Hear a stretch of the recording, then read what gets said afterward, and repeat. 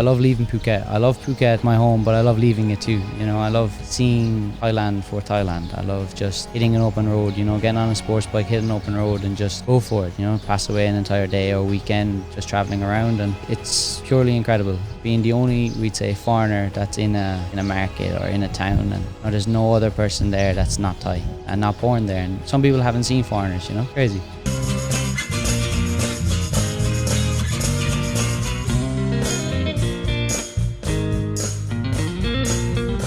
Welcome to the Fruiting Body Podcast with your host, Brendan. We are here live in Phuket, Thailand. We have an absolute legend of a guest. It is James Power. We've been trying to do this podcast for about a year or so, but when you're down at the Soy, it's a bit far. You need your passport to come all the way up here in the Boat Avenue area. Now, we're going to let you know exactly what to expect from this podcast. We're talking about James's life, living in California, why he came to Phuket, what he was doing at all these gyms out here in terms of the training, the coaching. Man, it is absolutely insane. We really dove into his lifestyle. What's it like living in Thailand? I think we were talking a lot about your road trips. Is there anything else that, for the audience, what they can expect to see and get from this podcast? Some of the athletes we've worked with out here, you know, some of the biggest gyms on the island, some of the best athletes in the world, and one of them is fighting Rod Tang tomorrow night, so spoke about all that and much more.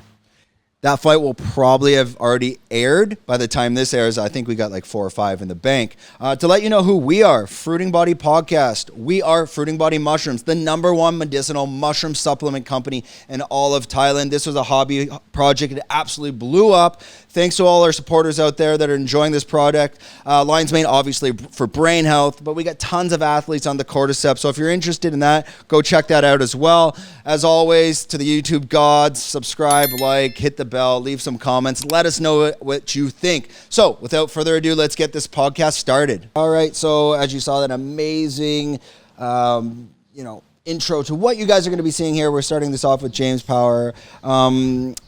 And let's just jump right into it. We know there's tons of content out there about his backstory, countless podcasts.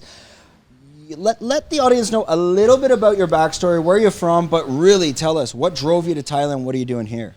My name is James Power. I'm Irish. I'm Ireland's youngest ever professional boxer. I started boxing at 9 years old, and I turned professional at the age of 17 in Tijuana, Mexico. I lived in California for around a year, and then during COVID, I moved back here. Or I moved here originally, and I've just kind of been in Thailand since. How did you originally come here to visit, to find Thailand? I mean, just to kind of be in California and pin Thailand on the map and just go, it's a big leap.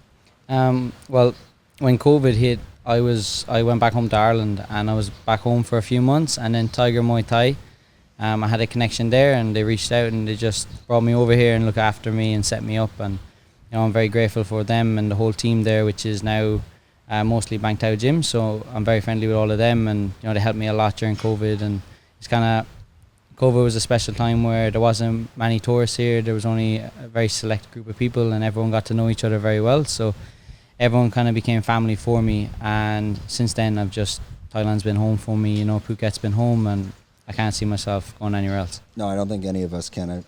Phuket's got something special here. Everyone's like, maybe just push it up a little bit, and just in a bit. Yeah, I think that should be okay. I'll adjust you as we go. Sweet. Just so we can hear it. Sometimes the sound, these are so sensitive, which is great. It'll probably pick up these birds, but it's not picking up any external sounds there.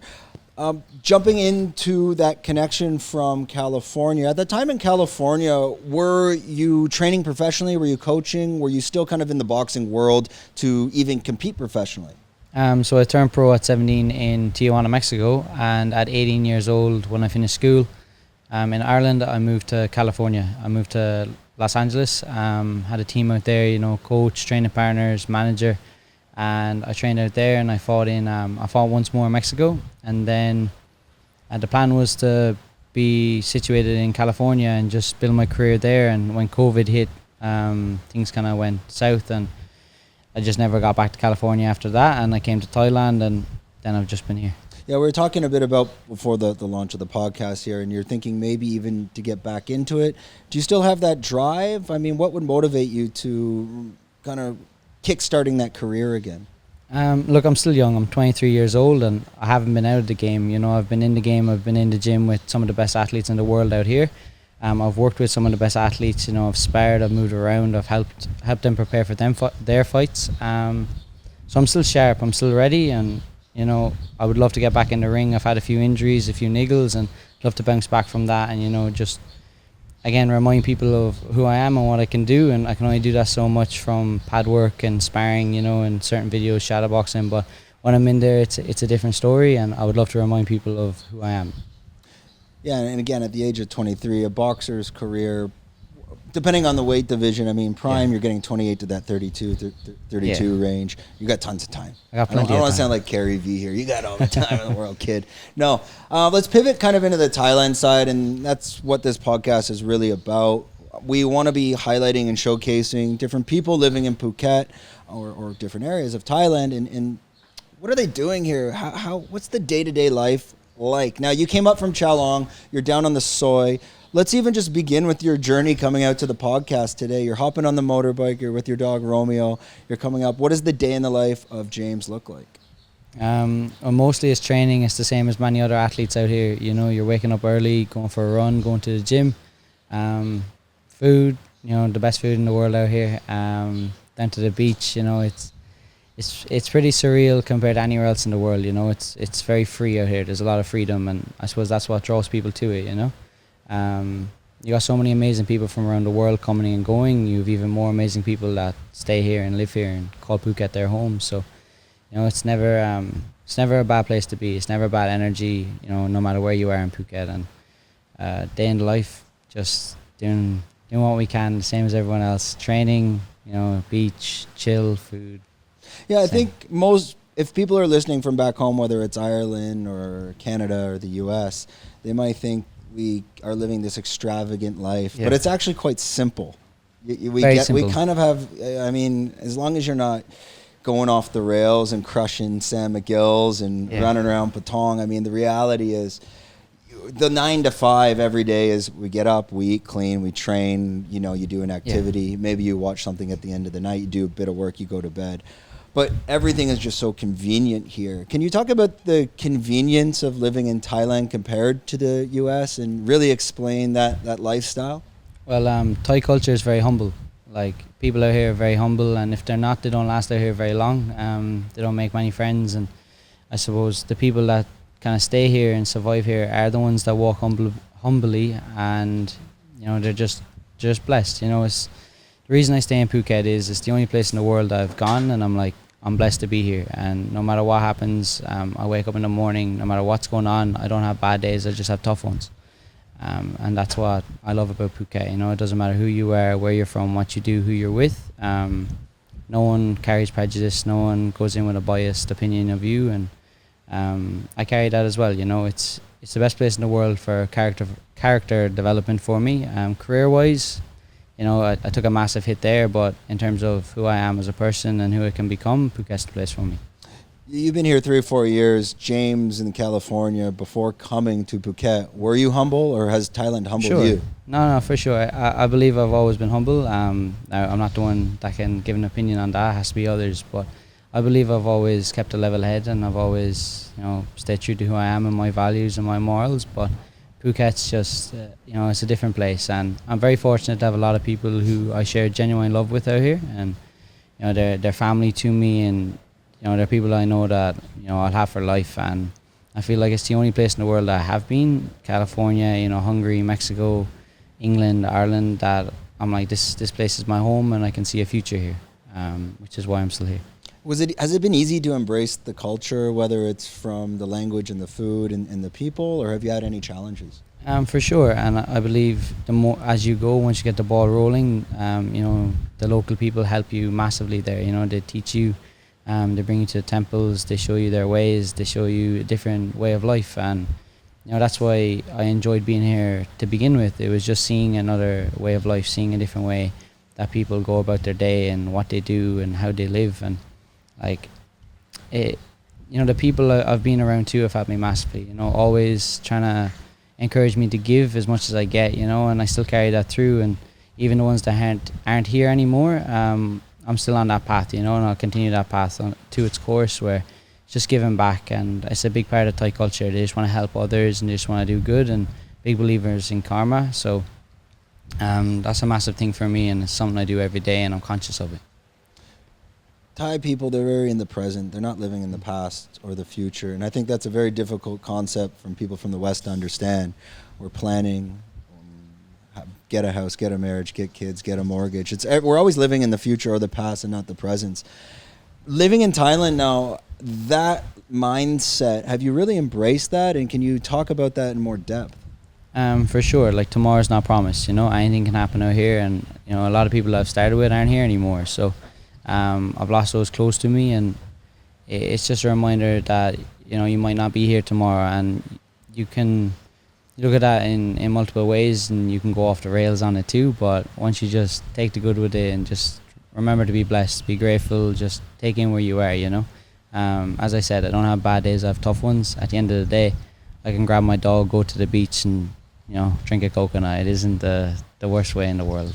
Yeah, there's always that easy lifestyle, especially in Phuket. Maybe not so much in other places like Bangkok. Chiang Mai, I think, has a similar lifestyle to Phuket, just in terms of, but it is more mountainous, but you can rip off to the mountains. Yourself talking about the culture, you're wearing your Buddhist medallions. What is the exact terminology for them? And Amulets. Amulets. Now you see them. We were up in Sukhothai. They're everywhere there. But there's always a story, an origin story behind them all. Would you be able to pick one that maybe is closest to you? I mean, I know they're all your children, but well, this chain originally was my brother's, who passed away out here not that long ago. So I wear that when I can. It's just the entire chain. The entire chain is his one. My one is this one in here. So I have one more in here, which is my first amulet. I have many more back home, but this one was gifted to me by my brother. So I always wear this. You'll never see me without this one. The bigger chain I wear if I'm going somewhere and I know I'm not going to be training or I'm not going to need to take it off, which is like this podcast. I wear it here, and I really believe in them. And the Thai people can see that. Like I'm not just someone that came in here and bought them. Like they've all been gifted to him, and now I wear that gift. Just a reminder to me, and it makes it even more special. Everything I have on my neck today has originated from him. So they all have their meanings, and I'm sure Thai people could tell you a lot more than I can, but I know the names, I know the stories, and when Thai people figure that out and they realize that I am actually not just wearing them as jewelry, I'm wearing them because I believe it opens up a whole new pathway out here for me. And I've ended up in many surreal places, many amazing spots, and had some insane experiences because of them and because I've embraced the culture. And it's a whole different experience out here for me. It's a different life in Phuket, in Thailand, no matter where I go, Went to Krabi a few times, Saratani, Nakhon Si Thammarat, and when I go and they know that I embrace the culture and I'm very respectful and like humble towards it, then it's just a different game I'm playing. So it's just cool. So it's opened up a whole new side of Phuket. Yeah, if you're obviously familiar with George Hickman, for sure, he's got so many of them. Yeah. And everyone usually does have a story behind it. And like I was saying, we were in Sukho. Have you been to Sukhothai? You're familiar with Sukhothai? No, I have not. Sukhothai is like the ancient capital. It goes. So originally it would have been like Sukhothai and Chiang Mai, but Chiang Mai is Lana. These are different. They're technically. They weren't countries. It was not Thailand back then. Mm-hmm. But most people are familiar with Ayutthaya, which would be Bangkok, Ayutthaya. Yeah. You go north another 2 hours, you get to Sukhothai. This place is on another level. It's just quite far to go to. There's always that story there. I want to talk a little bit about Nakhon Si Thammarat. I've yet to go, but I'm sure there's great stories for that. And before we get there, you're chatting. Now your brother was living in Thailand as well. Was he in Phuket? Yeah, he was here, yeah. He was in Phuket. And was he training with you, or? Yeah, he trained with me, yeah. Okay. So he was a boxer? Yeah, he could throw. Oh, okay. For sure. Interesting. So we've been out here, we were out here for a few years together and, see each other every single day. So being able to kind of wear his chain as well is a massive thing for me, It's a massive privilege I have on my neck, and it's something I don't take lightly. I try to present myself the best I can. I try to continue down the path that we were on, and I try and become the best that I can, just because I know I'm representing him in some way while wearing it. Were you guys able to travel quite frequently throughout Thailand as well?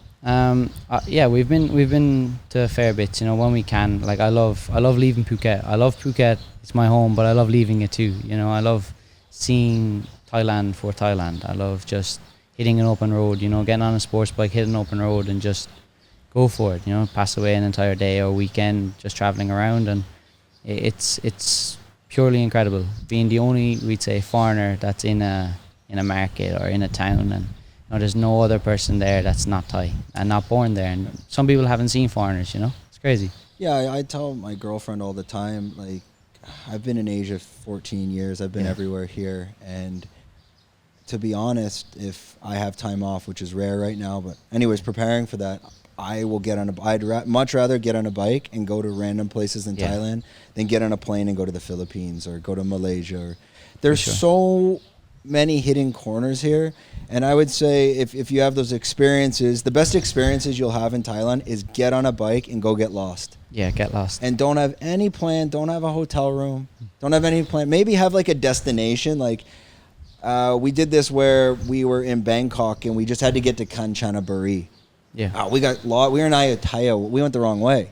So like, okay, I guess we're in Ayutthaya now. Yeah. Stay the night. Okay, like how far is Kanchanaburi? It's 5 hours. You get halfway, you see another little town in the middle of nowhere. Okay, let's stay here a night. But that's the beauty and the hidden gem in Thailand is don't make plans here, just get lost. Speaking on that and bringing it back to Nakhon Si Thammarat, it's one of the most interesting places to go. I mean, this is where the Thai mafia is from, essentially. What was your experience like out there, and let people know, like, where is Nakhon Si Thammarat exactly? It's not far from Phuket. It's 5-6 hours by bike. Took us a bit longer because we were just traveling around, but I loved it. I loved it. It's by the coast, you know. I love just well, the place I stayed as well. I just love being there. It's by a lake. Just, you know, it's an incredible experience. And again, Thai people opened their arms to me, welcomed me in, and I really got to see another side of Thailand that most don't. You know, people come. Well, for instance, people come to the Soi and just stay on the Soi. And they just stayed there for 6 months and they haven't left the street, you know. So encouraging people, as you said, to just get on a bike and get lost is one of the best experiences you will have out here. And, you know, I think the perspective of living here too, like if that was me a few years ago and I got lost, it's a massive issue for me, you know. That would ruin my day.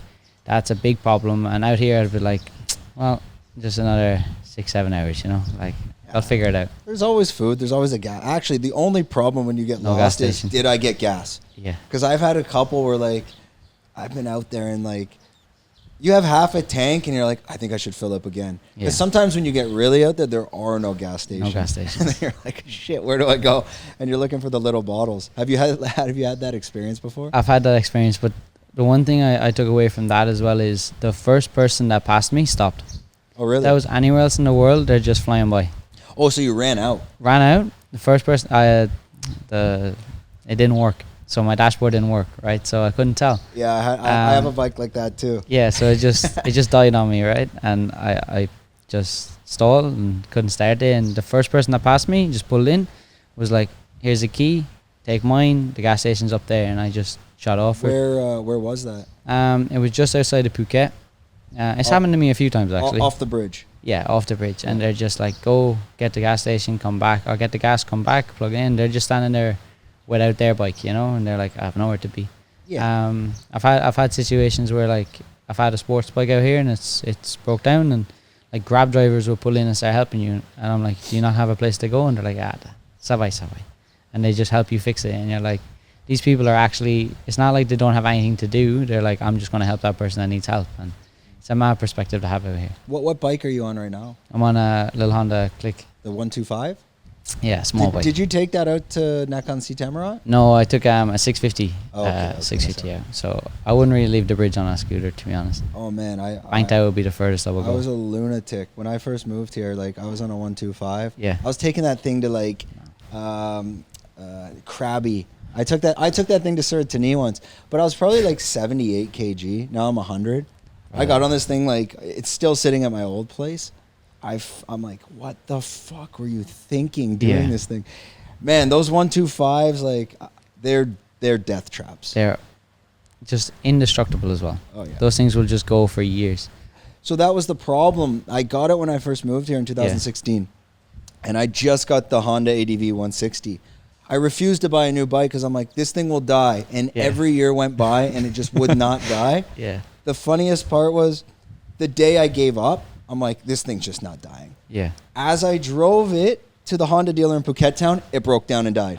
Like on the way there, the floor bed collapsed, and I had to leave it on the side of the road and literally got the bike. I'm like, what the fuck? Tell me you got your money's worth, or tell me you got your money's worth. Mate, the floor bed broke. Yeah, that was the floor bed. Just, I think it must have, like, the axle. It was finished. Even the guy. So I left it. At that time, the guy fixed it. Now it's sitting at Surin. I need to go back. I'm just gonna give it to my old mechanic. And like, man, I bought that thing for like 25,000 baht. Yeah. There's like 40K on it. The kilometers are gone now. You can't see anything. The gas light doesn't work, which got pretty frustrating at times. They're the best bikes. Because like you just forget about it and you're getting going. But they're great little like pocket bikes for like your area. Because when you want to rip to the 7-Eleven, you don't want a 350. Yeah. I mean, and you don't want a 650. You go to the 7-Eleven, they're about 200 kg, those things. Yeah. You fall over, you have to kind of let it go a bit. Yeah. It's fun being on a big bike, but the little scooter whipping here and there is a little Were you renting a big bike when you went out, or do you have one? Well, we've had a few, and then that one I think I rented it to go. I rented a big CBR, so it was cool. But getting the big bikes out here is always fun, but again, like rainy season is hit now, even though it doesn't look like it. The big bike's not a smart choice. Yeah, you gotta be a bit careful. But you need the ABS brakes. Do you have any Thailand, whether it's a bike tour dream destination that's like kind of on your radar? Maybe it takes a month, maybe 10 days. Something that you really want to do. Chiang Mai. The Mai Han San Loop. Yeah, anywhere that has temples. To be honest, like there's places all over Thailand that I'm like, that'd be sick to go. Buri Ram is another one, just because I know some people there. The Muay Thai fighters, yeah. Yeah, just the coaches. But I'm very grateful for like the relationships I have out here with the Thai coaches, the Thai fighters. You know, like they really take care of me.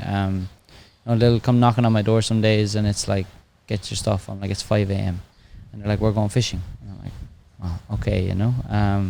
Another time they'll just tell me get in the truck or the pickup, and it's like off to the temple. And you know, I don't get told where we're going. I don't get told how long it's going to be. I just get told get in, and it's fun, you know.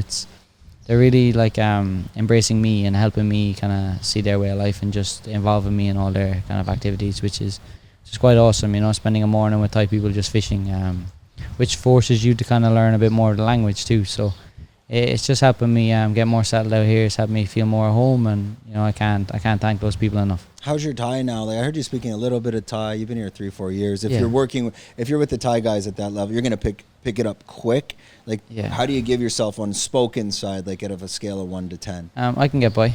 I can get by. Yeah. So probably 5, 6. You're comfortable. Yeah, I can get by. I'm comfortable in situations where I'm comfortable. You know. Like something. It's not gonna be a court case where, or maybe something medical where it gets a bit complicated. I can go. I can go to a restaurant and not speak English. I can, go to the beach, not speak English. I can just get by, day to day without speaking English if it's just a normal day. So I feel good. I feel comfortable. It feels good that the Thais help you too. Like if I ask for something in a restaurant and they're familiar with me, they see me every day, they'll just ask me if I want something else, and they'll tell me in Thai, and I'm like, I don't know what that is. And it's just their kind of way of helping you, like, oh, this is another one for you. This is another word. This is another word, and you just gradually pick it up. So I'm learning, and the Thais around me are helping me. Has it predominantly been from your friendships here? Have you had Thai girlfriends? Because that's always a very good crutch as well. Because you can, if you're out with them all day, you can just pick up words. Yeah, I've had a Thai partner, Lukun, so half Thai, half English, but didn't really learn much Thai there. We kind of just spoke English, like fluent in both, so it didn't really make a difference for me. But it's just relationships I have, that I go to the restaurant every morning. I go here, I get a coffee, I get breakfast, I get lunch, I get dinner. And as you said, I've been here quite a while, so most places around Chalong or Muay area don't know who I am. So they'll just help me, I have conversations very regularly. And it's something I try to do as well. It's something I try to do is just call into restaurants that I know I'm familiar with, but haven't been there for a while. So kind of just do the morning rounds, Yeah, easy. Dating in California compared to dating a Thai girl in Thailand, What are the major like challenges and maybe cultural differences you noticed on the relationship side? So one thing for me, since I was maybe 9 or 10 years old, I watched the movie The Heat with Robert De Niro. And Pacino. Yeah, and one of the things he said in that was, don't allow yourself to get attached to anything that you can't walk out on within 30 seconds flat if you feel the heat around the corner. And I took that and I went, I'm going to apply that to my life in all areas. So till the age of maybe 20, I didn't have any attachments to anything. I didn't have any things keeping me in one place. I could genuinely grab my backpack with my boxing gear and bounce. And that's how I designed my life. So I stayed away from relationships. I've only ever had one partner, only one girlfriend. And that's by design, I just stayed away from it. I don't need it. I don't need that hassle down the line when I want to move to America, when I want to move to Mexico, when I want to move to somewhere else, wherever my path takes me. I don't want those difficult conversations to be needed. So when I came to Thailand and this place felt like home, then I kind of relaxed a little bit. I have a dog, kind of have some things kind of more settled here, long-term agreements here and there. So as I said, this is the only place in the world I feel like I can build a life, and that's why I'm here. Which, taking that to certain considerations, but also by attaching, you create foundations. With foundations, you create strength. And with strength, you can, build upon that. With no foundation, it's difficult to build. That mentality, has it changed you as a person? Do you see that advancing not just your career, but you personally as well? For sure. Thailand's the best thing that has ever happened to me. It's the best place that I could possibly be. And as you said, allowing yourself to become attached builds those relationships, build those foundations. And I've made family here. And family's more dictated by behavior than blood. So I still have my family back home in Ireland, but I have family over here. I have brothers, I have sisters. You won't hear me call them anything else but brother and sister. And that's because I allowed myself to kind of get settled here. And for the first year or two, maybe I haven't, but now I'm really, really kind of honing in on it. And, as I said, I'm just growing and maturing, and I'm still young. I'm still 23. So the more I can stay out here, the better. Yeah, you end up having these expat surrogate families, which I think it becomes reality. I've had that. I've said this on the podcast a few times, where my grandparents came from Ireland, or great grandparents, and came to Canada. But the difference that what happened to them and what happened to us is they said goodbye to everyone, and that was it. We actually are lucky we can pick up the phone. Yeah. So the fact that maybe things are coming full circle, in my opinion, is everyone should be in Asia. It doesn't matter where you are, if it's China, Taiwan, Philippines. The West is falling apart. Get the fuck out. Can you sell that to people back home? No, because they've created foundations that they have a certain perspective. That can't. It would just melt their existence. So sorry. It is what it is. But moving in Asia and now living specifically in Thailand and maybe even Phuket, I don't like the question of where do you see yourself in 10, 15 years, but do you see for the foreseeable future, Thailand, it could be home for life? For sure. I don't see myself being based anywhere else. I see myself here and that's it. I see myself making little trips if I need to or I want to, but I also see myself returning to Phuket. You think anywhere else you could base in Thailand, like a Koh Samui, a Koh Phangan, Chiang Mai, Pattaya, Bangkok? I've been to Bangkok a bit, and I'm not. Phuket's just different for me. It's free. As I said, me and my little dog here, little pup, jumped on the scooter and came here. You're not seeing that anywhere else in the world. So, outside of Thailand, I can't see myself living there. I do have to make an Australia trip soon. Well, not soon, but I do have to make one. I know a lot of people in Oz, and again, there's a lot of people there that are like family to me in Sydney, Melbourne, Brisbane, along the Gold Coast. I have a lot of connections made there over the years, and I do need to make that trip. But in terms of living there, I couldn't see it. It's too closed in for me. Thailand's free. Phuket is free. Bangkok, a little claustrophobic when I'm there. I love it. I enjoy it. Short term, no stress. I can be there a month or two, but in terms of me seeing myself being there, I just can't see it. I couldn't even be there for 2 days. She was from Bangkok, so I'd visit. Yeah. And we'd end up in the condo, and I just started ordering, I didn't want to leave. Yeah. I think it's what ends up happening in Bangkok is we have so much freedom here that when you get there, because the freedom's gone, and I'm like, well, then I'm not doing anything. Yeah. And then what we ended up doing is I would just go get drunk and go bowling with her. I'm like, the only thing I'm going to do here is go to that bowling alley because otherwise you're in traffic going around, and I'm not, I don't want to say I'm too old for it. I'm just over the clubbing scene and bar scene. Sure, I'll have beers at the beach, but you can't, I have no interest of going in a giant, club and coming out of that.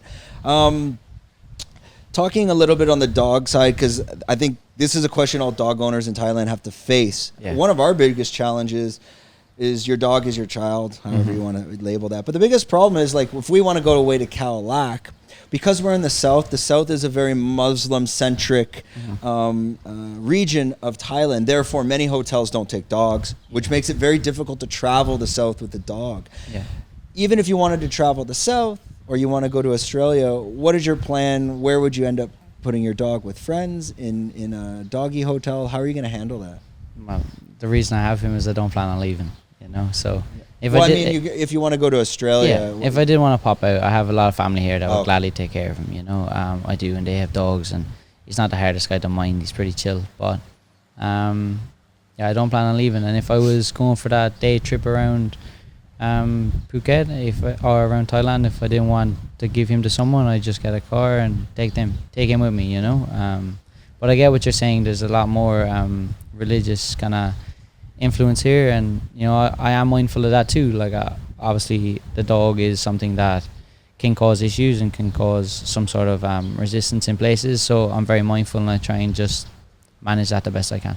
It's a very 50-50 split down here with Muslim and Buddhism. We would go to Phang Nga City, and we found one hotel, because it's kind of, Phang Nga City is an interesting city. The city itself is very Buddhist, but then the water side is Muslim. So many of the hotels, they just don't let dogs in, which it's fair. It is what it is. So what we would do is we would drop the dog off at the vet in Phang Nga City for the day, just so you could go do your full day activities and come back. You come back, you pick up the dog, and then take them to the hotel after. So it kind of works. Have you been through Phang Nga City? I've been there, but I haven't kind of stayed there situated. Like, I haven't spend time there. This is, I would move there. I think it's happening. You're saying you like temples. There's an old road. Have you ever taken the old highway to Krabi through Phang Nga City? No. One of the best drives. There's temples? Oh, there's a hidden, like, cave temple there that's, like, mind blowing. It's like, so this would have been the old highway if you're coming from Phuket and you want to get to Krabi. Now they've ripped across and they made this giant highway. It's a gorgeous drive, but you see the road's huge, right? Well, that wasn't there 20 years ago. There's a road that goes up, and you had to go all through the mountains. And when you go through that mountain, there's a temple in there. And this temple looks like it's out of a movie. You'll drive, and it's the entrance to the temple is a massive, like, cave. But it's not a massive entrance, but you can see it. And when you look in, then the light comes from above, because the top of the cave opens. And so it looks like a giant, like, almost like a sanctuary, a Japanese garden. This place is phenomenal. But it's guarded by monkeys. So, like, only the monks can get in. And you can try to get in, but for some reason, the monkeys don't attack the monks. So, like, it stops all foreigners from being able to enter. It's crazy. And it looks, oh man, it's gorgeous. It's one thing I figured out here pretty early on. Everything has a strange relationship with each other, or, like, everything's in sync. Like, you don't see dogs chasing cats. You don't see cats, like, arguing with dogs, unless they're like there's a foreign input. Like, the soy dogs don't argue with the cats anyway. The monkeys don't argue with the dogs. The dogs don't argue with the monkeys. Like, they don't attack the monks, as you said, but they will attack the tourists. Everything's in sync once it's just here, and then it's like inputs from outside kind of interferes with it a little bit, but it's quite interesting to see, that everything kind of works as one. It's very symbiotic. There's a synergy to it as well.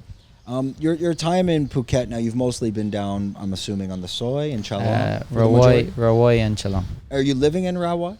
I'm living in Rawai. I normally live in Rawai. What's the lifestyle like out there? Because I know you still would be commuting to the Soy, which it could be a hectic commute as well. It's not a fun commute, let's say. How is that lifestyle living out there and kind of going back and forth? I think when you live here, you're kind of, your mindset about, like, distances and things change, right? Like, people will drive 300 meters to a 7-Eleven instead of walking it.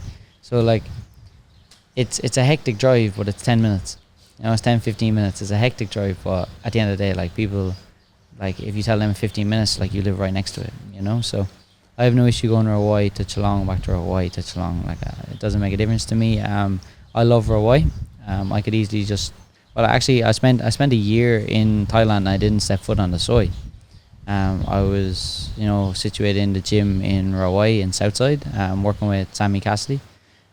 So myself and Sammy became very close during COVID, as well as like George and Frank and like Alex and the entire Bangtao team, as they were my team at Tiger. And being part of Tiger, I got to make many like relationships and kind of friendships there that, you know, I respect those people a lot. They're much older than me. They're respected in Thailand. They've lived here a lot longer than I have, and you know, looking up to people like that, it's great for me. So Sammy gave me an opportunity to kind of become part of the Southside, and you know, I took it in a heartbeat, and I went down. I lived in Hawaii, and I didn't step foot on the soil for a year, Songkran to Songkran, which is quite interesting. I could easily just not go to the soil. Yeah, we get into our bubbles, right? It's quite mad, and like you said this earlier in the podcast, that like we get in our bubbles, and in Phuket especially, like Hawaii will have a bubble, Geelong will have a bubble, like Patong, Kata, like that's a whole different area, you know. You have to go over the hill, and then Bangtao is a different bubble, and it's quite interesting. And like I think Phuket as a whole is a bubble. Like I have no idea what's going on back home. Like I'm ignorant to it. Like I'll hear little things here and there. I keep up to date on a lot of fighters. Like I watch a lot of fighters' Instagrams and their social media just to keep up to date. But if I didn't put effort into that, I wouldn't know what's going on.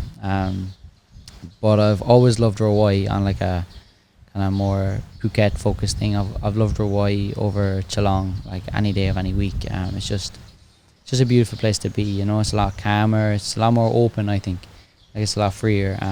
Until you come out to kind of this direction where, you know, you're towards Bangtao, and it's beautiful. You know, I was driving here and I was like, I am in the middle of nowhere on the way here, and then because there's a different route than if you just went like down to Bangtao, you know, if you went to Surin. How'd you get here? Did you take the highway in? Yeah, I took the highway and then across the bypass past Central, and yeah, that's the way. Okay. Well, you hit a road here that you take a different turn, right? And if you're going towards Surin. So, you didn't take the ocean road, no? Did you take? Did you come from Patong area that no, way from? No, okay, no. so you went around the highway, yeah. That highway is a bit crazy though. Mad. Yeah. It's cool though, but I think when you travel it enough times, it's like it's just a little trip. Yeah, Bangtao. I've argued on this podcast many times. I've been pro Bangtao. Well, obviously pro Bangtao, Muay Thai and MMA, but a Bangtao area, I don't know. I'm starting to flip the switch here. It's getting too hectic up here. I think it's becoming popular. And Bangtao MMA have credit where credit's due. They've impacted that severely. Well, you know. Yeah, I'll say it now. The Russians have. They're building so much. Yeah. Yes, Bangtao Muay Thai and MMA. Yes, they came at the right time. They're developing, but go. There's a building over here called Homa. Go to the top. There's like 10 cranes in the sky. That ain't Bangtao building those buildings. Yeah, I get so man, there's like 30,000 villas being built here. So now when you go drive all the roads, and even the boys down there will admit it too. I've talked to a few of them about that, and they want to. The gym would obviously stay there, but just kind of move out of it because once you're in the back roads of Bangtao, it is a dust bowl. Yeah. Because of the transport trucks going back and forth and the dump trucks. That wasn't there a year and a half ago. Yeah. It is exploding in development, which I don't think is that as prevalent in Rawai? I don't think so. No, not in Rawai. Rawai's kind of remaining untouched. Yeah. There's a big shopping centre on the beachfront, but other than that, it's untouched. You know, there's no building plans or anything going on. Yeah, so I flipped the switch. If you're coming to Thailand, probably move to Rawai. At least for the next year or so, until they can finish this. Yeah. And then the problem up here is this will be Bali. Like, it's already turning into bumper-to-bumper motorbike traffic, which was one of the main reasons we left Surin Beach to come up here, because now we can just hop off the island in 20 minutes. When you're in Surin, you're kind of stuck in a serious bubble, because to get out of Surin it's a dust bowl. We went down the other day, and I didn't wear a mask during COVID, ever. I don't know if that's something I'm proud of, but like, to be honest, it's so bad. You should wear a mask on your motorbike. Yeah. Like you'll come off and like your face is just like absolute mud. So then you have to imagine what your lungs are looking like up there. Yeah, I haven't really been to Bangtao over the years. Like, it's just because the boys kind of moved out there and they created their thing that I've been to Bangtao more often, you know. But at the beginning, there was no need to come out here. But as I said, like being part of Tiger back then, where I built relationships where, like, I respect them highly. The boys at Bangtao, you know, uh, like they've what they've built, what they're doing, what, you know, they're athlete focused. They just want the best for their athletes. The facilities they have is incredible. It's one of the best gyms on the island, you know, and some of the best coaches on the island and some of the best athletes on the island. And they're kind of out a little bit where they have their own people, and like the gym's kind of closer to home, like closer to Hawaii and Geelong are kind of, Yep. I suppose, trying to fight for the same people. Like it's a bit different. It's a bit more distant, but they're one of the best gyms on the island. You know, over the years, like Sean Cobes as well. He's a massive influence for me out here. I worked with him more closely at Apollo, and he's the only reason I was at that gym. You know, I was initially in talks with the gym to move back out here. I went home for a little bit. I lived in Cardiff in Wales, and then wanted to come back to Thailand, and you know there was no kind of like incentive to move back. And then Cobes jumped on board and he said he's now part of it, and I was like, I'm in. Like, So you left Thailand for a bit of time, like a few months, yeah. with intention of coming back, or was to see family, or With intention to come back. But as I said, the only reason I was there was because of Sean Cobes. As an athlete, he's the coach I respect the highest in terms of strength and conditioning. I don't think I could have more respect for the man. He knows what he's talking about. There's no bluff around it. There's no bullshit. So he tells me why I'm doing it. He tells me what I'm doing, and then I go get it done. And that's exactly how I like my coaches. You know, I don't need the pat on the back. I don't need the encouragement, the words of advice. Like, I don't need that. I just need you to tell me what I'm doing and why I'm doing it, and I'll come back when it's done for the next one. And like, we clicked very early on in Tiger, and he was the only coach I actually trained with at Tiger.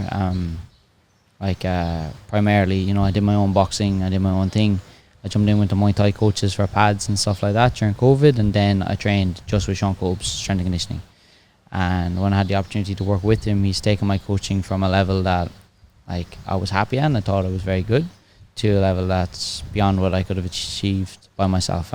So my coaching ability, just from my time working with Sean, even though he's not a boxing coach, being a good coach transfers, and it's taken my coaching ability through the roof. So I'm very grateful for my time with Cobes, and I'm sure we'll work together moving forward as well.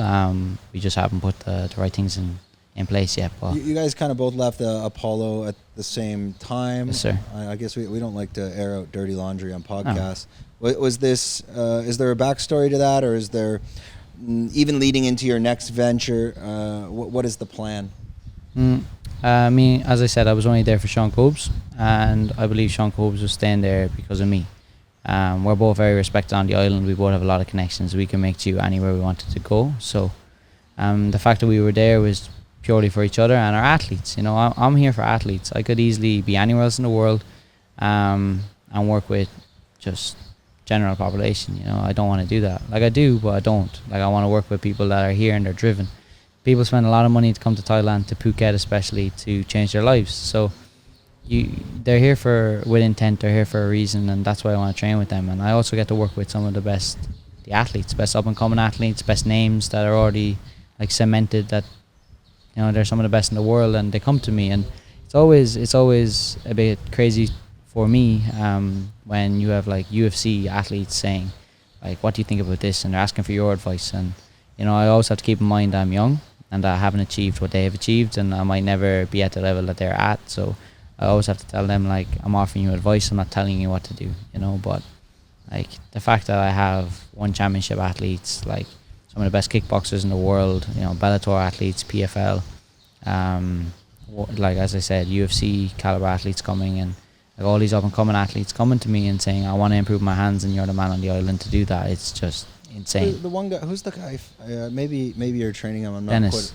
He's fighting Rod Tang, yeah. So are you doing the boxing with him? Yeah. So myself and Sean Cobes, a few other boys, like, we're helping Dennis prepare for Rod Tang, and like he gets the job done this weekend. So me and Dennis clicked. We gelled very, very easily at the beginning, and I do that with a lot of athletes because I'm still an athlete myself. Like, I'm still a fighter. I have skin in the game, and I feel like, and again, I'm not throwing shade on anyone. This is worldwide, not just in Thailand. But a lot of coaches nowadays haven't actually wore the ribbon. You know, they haven't been there and done that. And I'm not saying I've been there and done that, but I've been in this for 14 years. Like I've been through my fair share of trenches, and I've lived around the world. You know, I travel boxing. I've fought all over the world. I've trained with some of the best boxers. I've trained with some incredible coaches. I've trained in some massive gyms. You know, sparred with the best, worked with the best, and being out here as well, it's just adding to that. You know, I'm seeing a whole different side of, I suppose, combat sports, and I get to mix it up with them. And you know, rewind a few years, I was the only guy in the island that had hands. Like, I'm the only boxer here, because boxers don't come to Phuket. Why would a boxer come to Thailand? So I was the only one here. And you know, I'm a coach that gels with athletes specifically because they know I'm not just fluffing them up. You know, I'm going to tell them what I believe works and what has worked for me, and you know, practice what you preach and preach what you practice. And I can give them examples of how it would work. But I'm also open to their style. I don't want to change it. You know, I'm very conscious that I'm working with MMA athletes and kickboxers and Muay Thai fighters and some boxers, but I have to take that as it comes. I have to prepare them individually for what they're facing and what their sport is, and certain things you can't do. So when Dennis came and Sean said, look, you're working with Dennis, I was like, oh, like the first like kind of main guy you give me by myself, because Sean went away for 2 weeks, was we're preparing for Rodtang. And immediately I went down to coach in Apollo. One of the Muay Thai coaches, Thor, his name is, and he's fought Superlek twice. Like, he's beat Superlek twice. He was a child phenomenon. He's insane. You know, he's had 300-400 fights, and I went down to him straight away and I said, "What's your opinion on Rodtang?" And he gave me his honest opinion on Rodtang, and I was like, sweet, a way better mentality now. You know, he showed me a lot of flaws. He gave me his honest opinion as a Thai that has been at a very high level. And Rodtang's like a power puncher. He's looking to take your head off. Yeah, but for sure. I've heard stories like, I think I can repeat this. Like, he's actually, where he trains, he's not the best fighter in his gym. Yeah. So what happens is what's the Katri, the one championship owner. Yeah. He that's what he wants. He wants these guys. But there's guys at Rodtang's gym that piece him up. If you want to watch Muay Thai points. Yeah. So a guy like Rodtang, he's coming forward, he's got a chin, and he's just throwing bombs, which works for one. But I mean, if you know that that's the game, I would assume you guys are working on the counter. For sure. Dennis is a very, like, when I do the first round with an athlete, I don't care who you are, what you do, what organization you're in, like what your achievements are. I honestly could not care less. I want to see how you move, and I'm going to move with you. So first round is it's literally me sparring them with pads, you know, and I will tell the athletes, I'm like, if you see an opening on me, you can hit it. If there's a pad there or not, if you see an opening, just pop me, you know. And I've been hit a few times, and I'm like, good shot. Like, I have a very unique style of pad work where we're working on combos, but this is going to be as realistic as I can possibly make it, because that's what makes me different as a coach. I'm not past my prime, you know. I'm younger than most of the people I work with. So with Dennis, there was a lot of movement. There was a lot of, like, we're technically sparring, you know, and like I got to see how he moves, and he's one of the most explosive people I've been in with. He hits hard. He's very, very reactive, and he's a defensive counterpuncher. It's the perfect style up. And when he said, like, this is the fight of the year contender, when you match the styles up and what I've worked with and what I've seen from Rodtang, I haven't been fortunate to work with him myself, but it's matching up to be an absolute war, you know. And what are they doing? Is it Muay Thai kickboxing or MMA? Kickboxing. Kickboxing. I'm pretty sure. Yeah. So it's probably better suited too. Yeah, and be a bit more exciting as well, I'd imagine. Yeah. But as I said, like, Rodtang's heavy-handed, Dennis is heavy-handed. Rodtang's got a chin, Dennis has a chin. It's a case of the two boys are there as well, you know. Dennis came into the organization wanting Rodtang. Rodtang is saying, I'm here, I don't have to want anyone, just work your way to me. Now they're here, so it's going to be exciting. And to be part of a camp like that, you know, that's probably one of the biggest fights of Dennis's life, of his career. And it's like, it's a massive fight on one championship, it's sold out. And to be part of the camp leading into that is absolutely insane. And, you know, I have to thank Sean Copes for allowing me to become part of that as well. Like, Dennis wouldn't, like, why would Dennis give an opportunity to someone if someone like Sean didn't put his, like, backing behind me, saying, "Hey, I put my word on it. James represents me. He can do this, and I give you my word that he's going to get you to the best that you can be." And like, because of that backing, it's incredible out here. And a lot of the people that are respected out here, and I show respect to, help me in that way. As I said, Sammy gives me opportunities. Sean Cobes, like everyone that I was with at the beginning, they know, like, they're constantly passing athletes to me. A lot of Thai people do it as well because they've seen me box, and I show them a lot of respect too. It's not a case of, okay, you do Muay Thai and I do boxing, so it's completely different. I honestly could not care about the textbook of boxing because these people have 400 fights by the time they're 20, I'm like, you mightn't know how to do it perfectly, but you know what works. Like, you've been in 400 fights, you know what lands and what doesn't land and what can work in certain situations. So just being in the gym the entire time I was at Apollo, I just did pad work with the Thais, I just trained with the Thais, I just sparred with the Thais, I just learned things off the Thais because I'm like, you're the most experienced people in the gym, why would I not come to you? Like, apart from me, I'm the most experienced person in the gym, on the boxing side. So I'm like, I'm coming to you, I'm going to learn what works. And I've learned a insane amount of tricks from the Thais that aren't even involved in my sport that work in my sport. And I've done them in sparring and they do work. I've pulled them off and it's kind of amazing. So, Dennis, back to Dennis, back to the camp. He's looking insane. He's looking phenomenal. He's looking like the best in the world, and that's exactly what we're going for, so it's good. When you're working with the Muay Thai trainers and you're taking your coaching style, is there anything from them that you're trying to adapt to improve yourself as a coach? Yeah, for sure. I think it goes hand in hand. The better I become as an athlete, the better I become as a coach, and the better I become as a coach, the better I become as an athlete. So it's quite interesting. Like, I will learn things constantly off the hundreds of people that come in. Like last ice season, like I was in the gym 10, 12, 14 hours every day, just learning from people, like absorbing information, giving energy. Like, my energy was the same at 5 a.m. as it was at 11 p.m. Like, I'm big on that, if I feel like I can't give you 100% energy, we're calling the day off, and I very rarely do that. So I was burning myself out, but I was learning so much as well at the same time, and not just from the Thai coaches, but from like world level kickboxers that are coming from the Netherlands. I get people from Japan, I get people from China. Chinese boxing, some of the best in the world.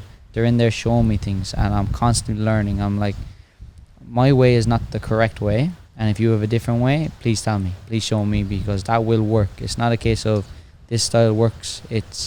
You have to be able to adapt in this game, and some of the best in the world are adaptive. So I'm constantly learning, coaching and as a fighter. So as a coach and as a fighter, I'm constantly learning. And again, I go to a lot of gyms too. Like, I've trained in quite a few gyms that I respect highly and I believe are some of the best in the island. Phuket Fight Club's another one. Like, I did a lot of training out there with the boys. I'm very friendly with the Brazilians there. And shout out to Clayton. He's been on he's been on long time, maybe 2 years ago. Yeah. So like, I don't think you can respect a man more than Clayton. Like, he's in the background, but he's also running one of the biggest gyms in Phuket, And the facility's phenomenal. Insane. Yeah, it's always growing and improving. And one thing I look for is like a team. Like, you walk into Phuket Fight Club, it's a team. They're all united. It's a united front there.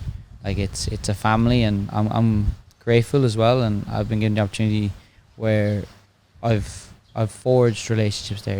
Like, I have had like relationships with those boys from like COVID, and when everyone comes and there's more people there that weren't there during COVID, like, I immediately have a relationship with them. So I'm very friendly with like a lot of people on the island, and being able to go in and train with them and just text them and be like, you want to get a train session in tomorrow? Sweet, I'm there.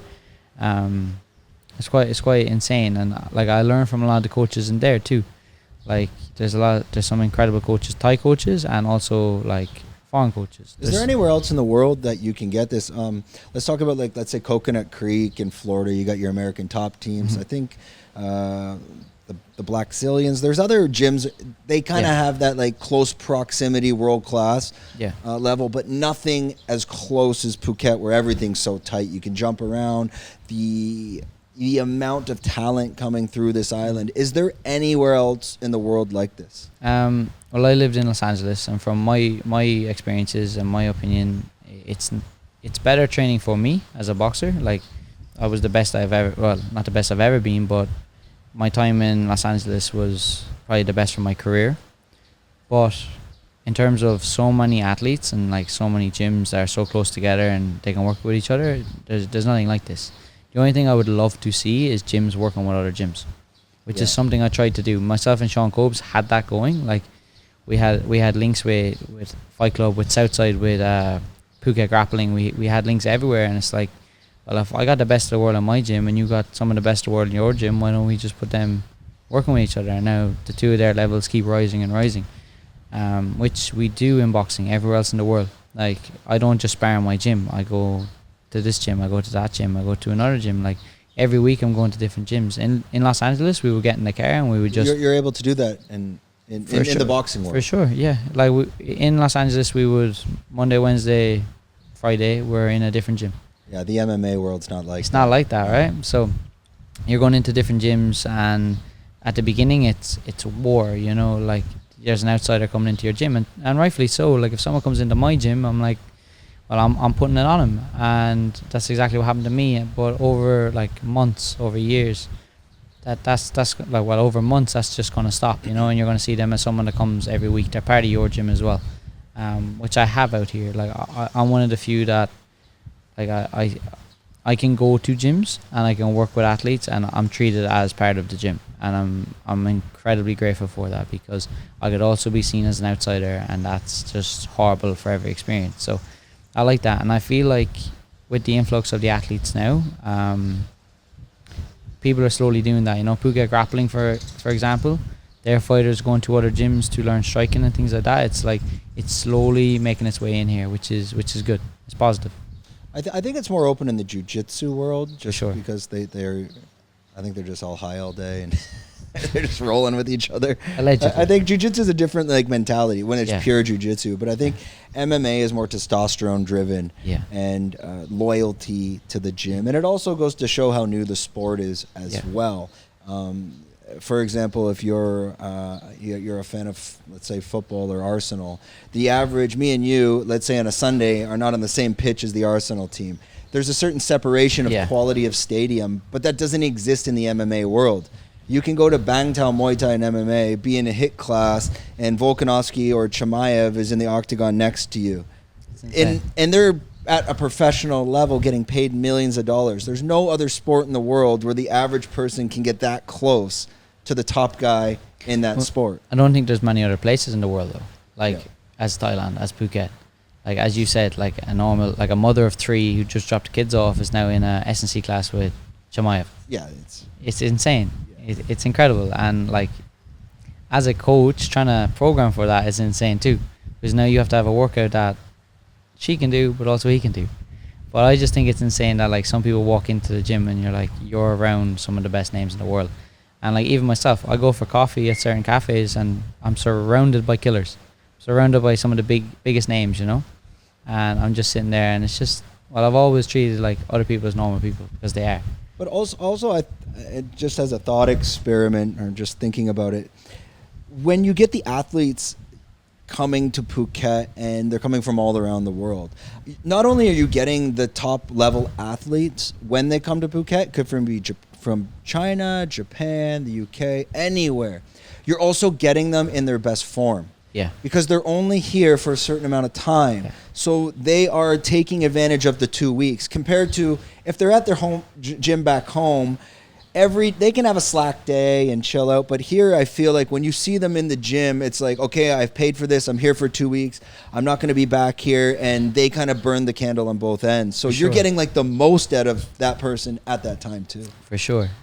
Which is why sparring is an interesting ordeal here, where you have some of the best in the world coming here, and they're here for 2 weeks and they're peaking, and they just want to make statements, you know, and that's interesting. And it's something that you don't have anywhere else in the world as well, that there's just constant stream of people coming in, especially high season.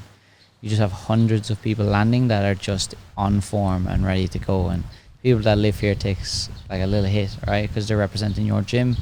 They're trying to make a statement back that like, this is my home, this is my gym, but also you mightn't be at peak at that point. So and places like Tiger, Apollo, Bangtao, the South Side, Phuket Fight Club, if they're sparring MMA or boxing, let's just say MMA for example, they're sparring on neutral turf.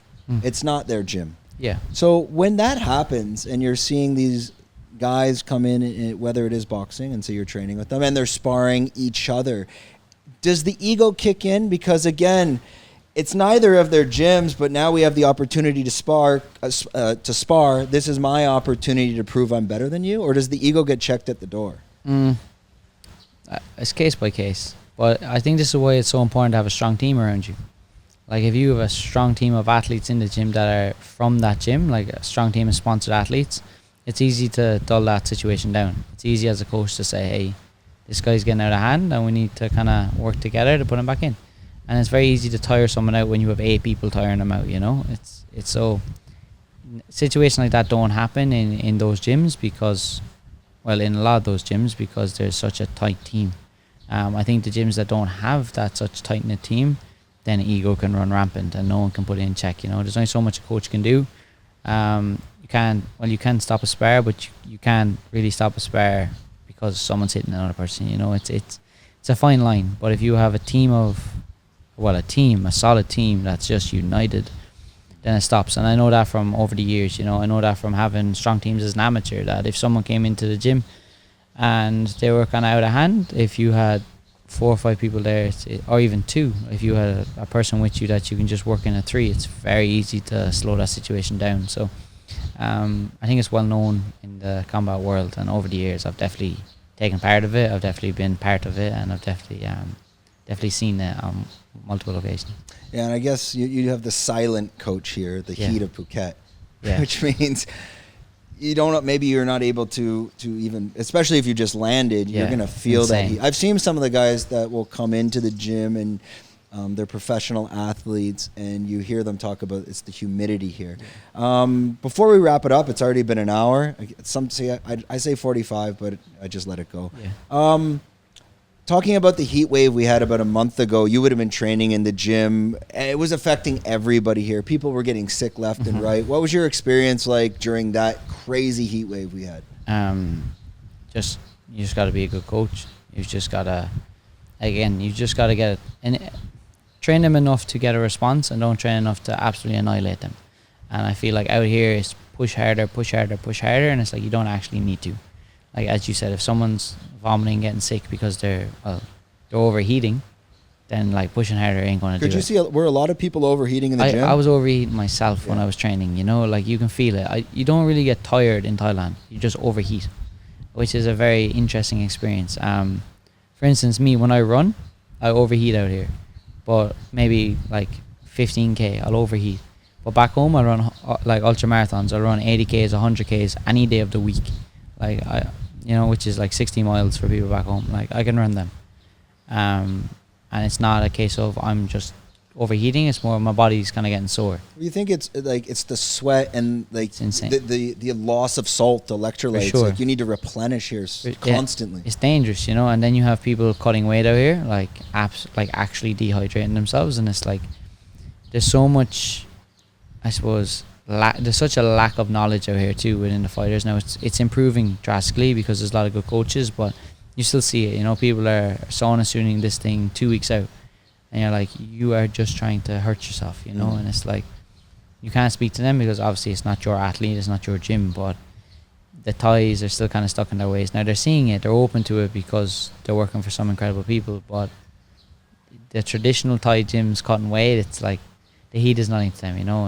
And I don't know, but it's the salt in the diet. For sure. And that salt you're going to hold so much water. Yeah. I mean, yeah, it's okay. Thai food's healthy, but it's not really healthy. For sure. Let's be honest. Like maybe if you had a papaya salad and you didn't load it with like salted fish sauce. Yeah. Okay. But I mean, people don't, I've had this argument with people. They're like, Thai food's healthy. I'm like, it's delicious, but unless you cooked it at home and you really knew what was going into it, it's not that healthy. And if you're trying to cut weight and all the salt and the different sauces that they're using that are, cheap sauces, it can't be that easy to cut weight on Thai food. Well, the food on the soy tastes completely different to the food outside of the soy, you know? So it's like wherever there's a strong influx of gyms, then the food changes. It's a lot healthier out here. But like saying like a pad kapao and a pad kapao are the same thing when they're from two different places. It's completely different. Like a traditional Thai food is like, you can taste it and you're like, this is way too good to be healthy, you know? It's just packed with MSG. For sure. It's yeah. phenomenal. Yeah. It's like you get a pad Thai somewhere, like outside of Phuket. Yeah, it's just, you just know it's not the same as the one on the soy. Yeah, of course. But I mean, and that's the challenge of cutting weight. Well, we'll end this on one more thing. You're working with a guy like Sean Cobra. I mean, the guy's dialed in. He's probably been on here 3 times. Mm-hmm. Very analytical, very well planned, defined roadmaps, goals, missions. Whether you're hitting them or not, there's a vision. What's your vision? You've left Apollo. Have you created a roadmap, whether it's for your professional boxing career or coaching career?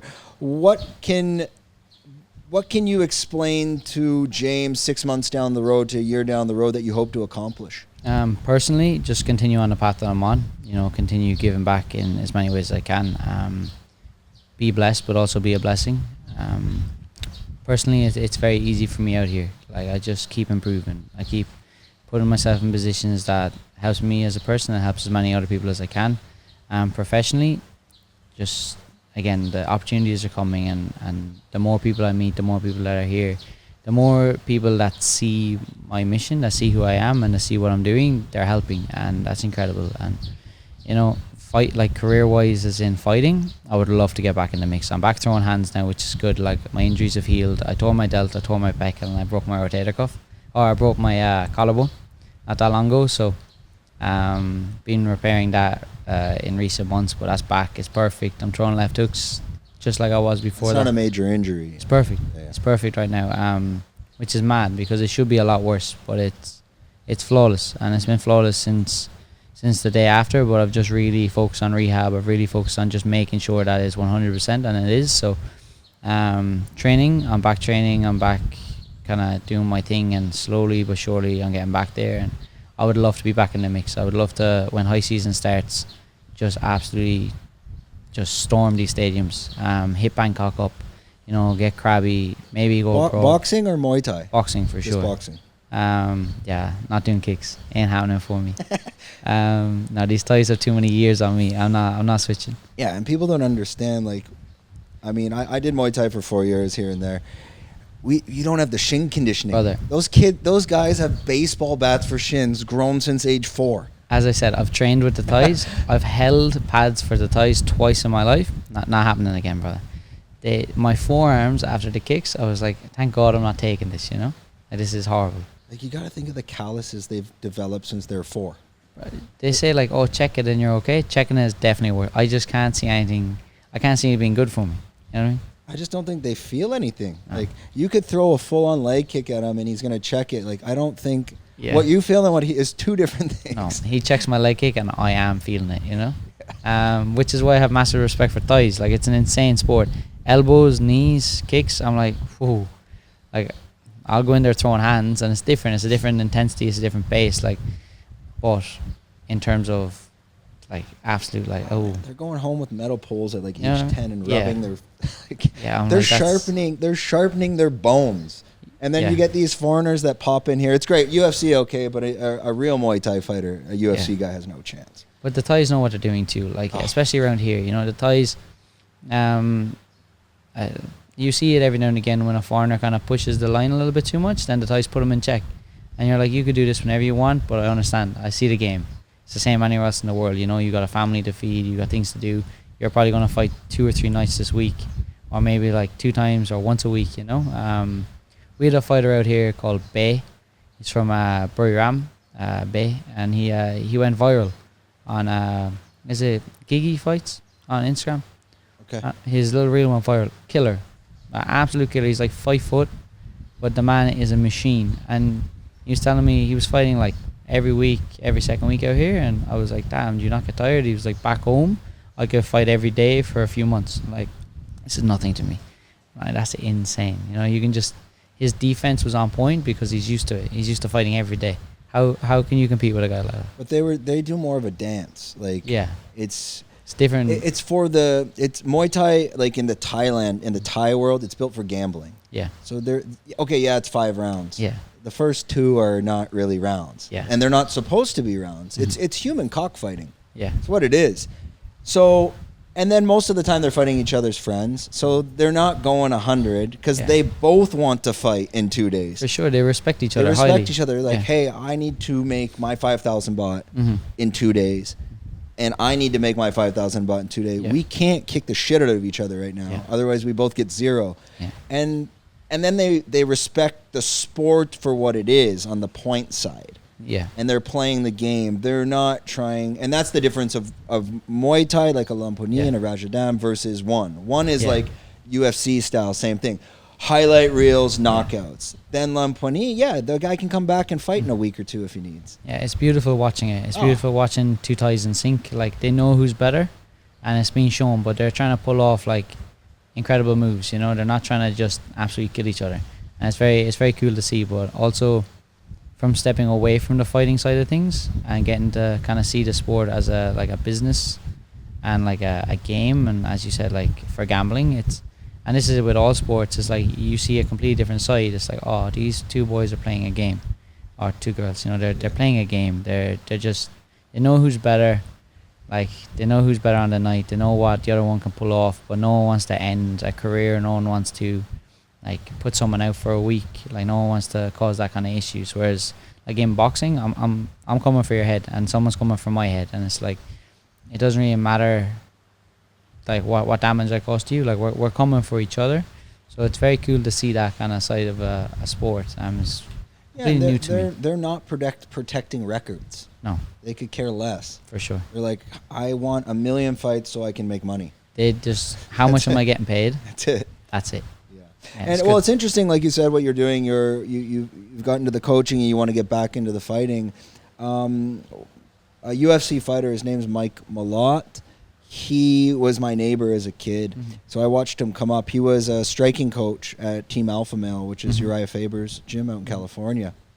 And he started off in his MMA career, I think he did like 8 fights or something like that, up until the age of 23, 24, and he stopped. He got 1 loss, but then he just became a full-time coach, and he was the coach of like Cody Garbrandt and obviously TJ Dillashaw at that time, but all those guys over at Team Alpha Male. And the point of the story is that he stopped fighting from age 23 to 28, 29, and he made his comeback. And he said, and he almost went top 6 welterweight. He lost to Neil Magny. He 10-8'd him 2 rounds in a row. In the 3rd round, he wanted to get, because it was in Toronto in his hometown, and he wanted the knockout that he burnt himself out. Yeah. If he had the fight in the bag, so he should be a welterweight top 6 times 7. But the point of the story, he said to me, he's like, no, I didn't want to get into the UFC that young, because you've seen guys like, look at guys like Cody Garbrandt. When you get in that young, you're playing with men, and then by the time you're 30, your prime was probably 26. So he got in at that 28, 29, but he said the biggest thing for him now that he's getting into it, he's been in the corner of 50, 60 UFC fights. Yeah. By the time he's there, he's not a new guy. He's like, I've been in that corner. I've experienced this. I'm just changing the role. And he came at it from the perspective of a coach. So he's gained all this information. And it's a very interesting roadmap for fighters that most don't pursue. They start as the fighter, and then in the future they transition to the coach later. But kind of having the fighter change coach, go back fighter, there's so much knowledge that you're going to have a huge leg up, a huge advantage that most other won't, especially in the game of inches. So anyways, that's fine. For sure. Yeah, it makes you practice like the simple things again too. Like things that I haven't done since I was maybe 10 or 11.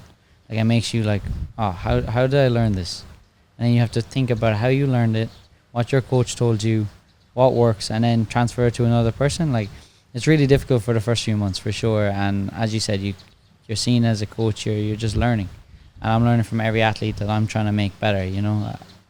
You worked with some of the best athletes in the world. I'm working out here with some incredible athletes, and I can make them do things that I can't, which is insane. I'm like, look, and I touched the line with that where I'm like, I can't actually show you how this is done, but I know you can pull it off. And then they pull it off, and I'm like, well, now I just studied that one thing in so much depth to teach another person that all I got to do is practice it, and I got it. So you're constantly teaching yourself too at the same time. And as I said, most of my pad sessions are sparring with the high level athletes. So it's quite good for me. It keeps me sharp. I'm not getting caught with anything stupid. I'm not getting lazy. my hands aren't down. Like if they can hit me, they can hit me. Like they have full permission to do that, and some do. Well, most do.